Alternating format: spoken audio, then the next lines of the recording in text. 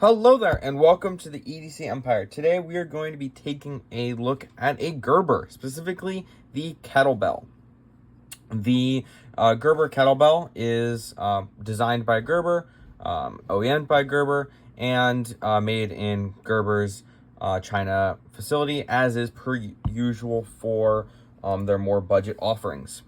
This is the green, obviously aluminum handled variant. There are two variants, to my knowledge, only of the kettlebell, this green one and a black one. The main difference, though, other than color, is that, or actually the only difference to my knowledge, is that the green one has a thumb stud and the black one has a nail nick. So the black one, I guess, would be more EU compliant, and this one is more everyday carry-ish compliant, or I mean, more nice to carry, I guess nicer to carry. That's the only reason why I could think of that they added a nail nick is for the EU. In other countries that don't like pocket knives. It's going to be locking up with a steel frame lock. You won't be seeing any titanium frame locks in this particular model. As I mentioned, thumb stud or nail nick, depending on what variant you get. It is running on washers, and actually pretty nicely sized washers there. You can see it peeking in there. So that's pretty cool. We have a blade of 7CR17 MOV, clip point, I guess. I would personally probably call it a clip point, up to you on what you want to call it. Hollow point or hollow ground starting at about 40% of the blade and coming down to a surprisingly very thin edge. This stock, as we'll learn, is actually pretty thick, and it comes down to it's a very aggressive hollow grind. Coming down to a surprisingly nice thin edge that's pretty nicely and evenly ground. It's actually quite sharp out of the box, to a very pleasantly surprising degree. As I mentioned, steel back scale for your frame lock, aluminum front scale, and no steel liners on either side. So that's something to keep in mind. We have an overall length of 6.21 inches when open, and 3.68 inches when folded.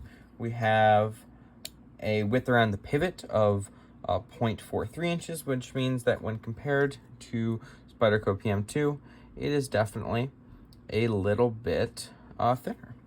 And then getting into our size comparisons, we have the PM2 and the Para 3. What we can see here is, as the size notes kind of suggested, quite a small knife.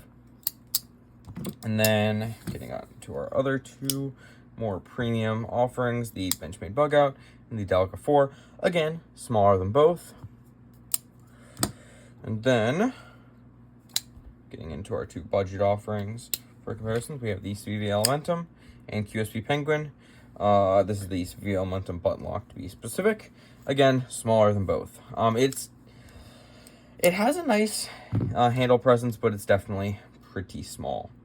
We have a depth when folded of 1.46 inches. We have a blade length of 2.53, so definitely under that 3-inch blade limit, which you might be kind of constricted by. We have an edge length of, 2.18 inches.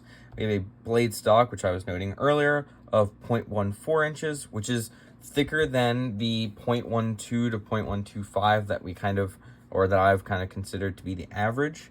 And then we have a weight of 3.85 ounces, which means that blade to weight ratio isn't fantastic, but honestly, 3.85, you're really getting that weight from the thick stock and steel back scale, so that's kind of to be expected.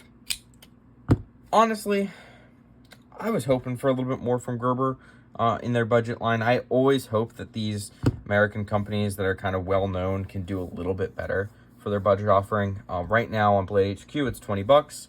You can find it for cheaper, and I was expecting worse, honestly. I've reviewed and experienced other cheap budget Gerbers, and honestly, they've all been worse. The lockup here is honestly, it's about 40%. That's not bad at all. The action is stiff, but actually is smoothed out a lot. Is actually kind of pleasant, kind of Chris Reevy. The The action's, yeah, fine. The pocket clip isn't great, but it's functional. The finish on the aluminum is very chippy.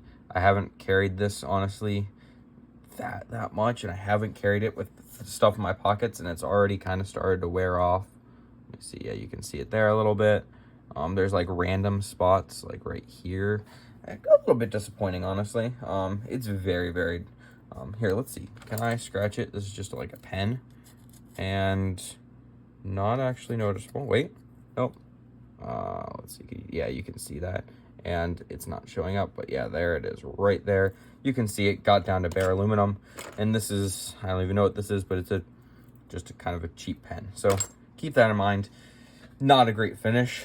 7CR 17 MOV is nothing fantastic.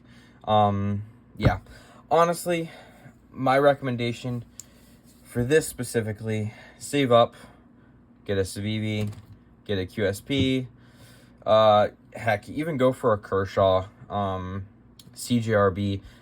Anything in that $30 to $50 range is going to be better than this. MSRP is $35, sale price is $20. You can probably find it for a little bit cheaper, so it's not bad. I was very pleasantly surprised by how thin it is, although if you do sharpen it a bit, actually no, you're not too bad for sharpening. You've got some pretty good edge length in there. So honestly, as just a little junk drawer knife, it's not bad. Grip on it's actually really nice. If they didn't have this huge ass choil, I gotta make sure I keep it in camera, it wouldn't be nice, but actually this is pretty nice. I wish there was some jimping here. One weird thing, this is kind of wonky. You can see that this grind here, let's see if I get this in the light. Yeah, you can see it's off center. I don't know if that was on purpose or what. If anybody has one of these and wants to tell me, that would be really interesting to know.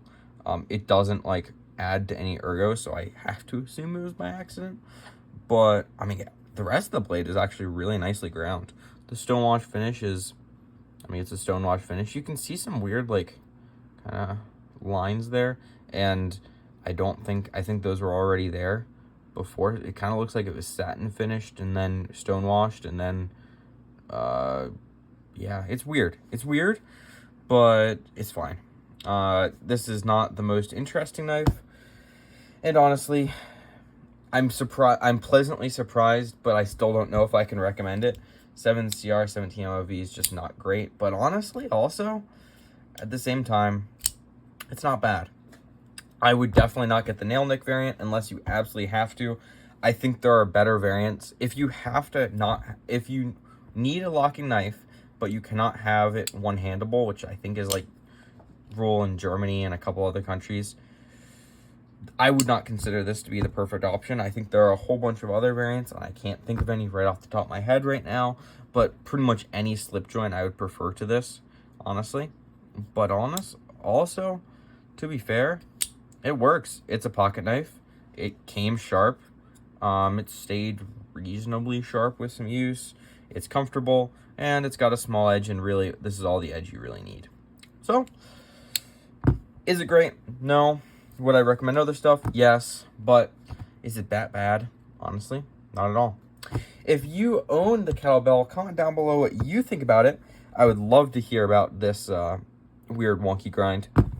And if you enjoyed this video, please consider liking and subscribing. Thanks for watching.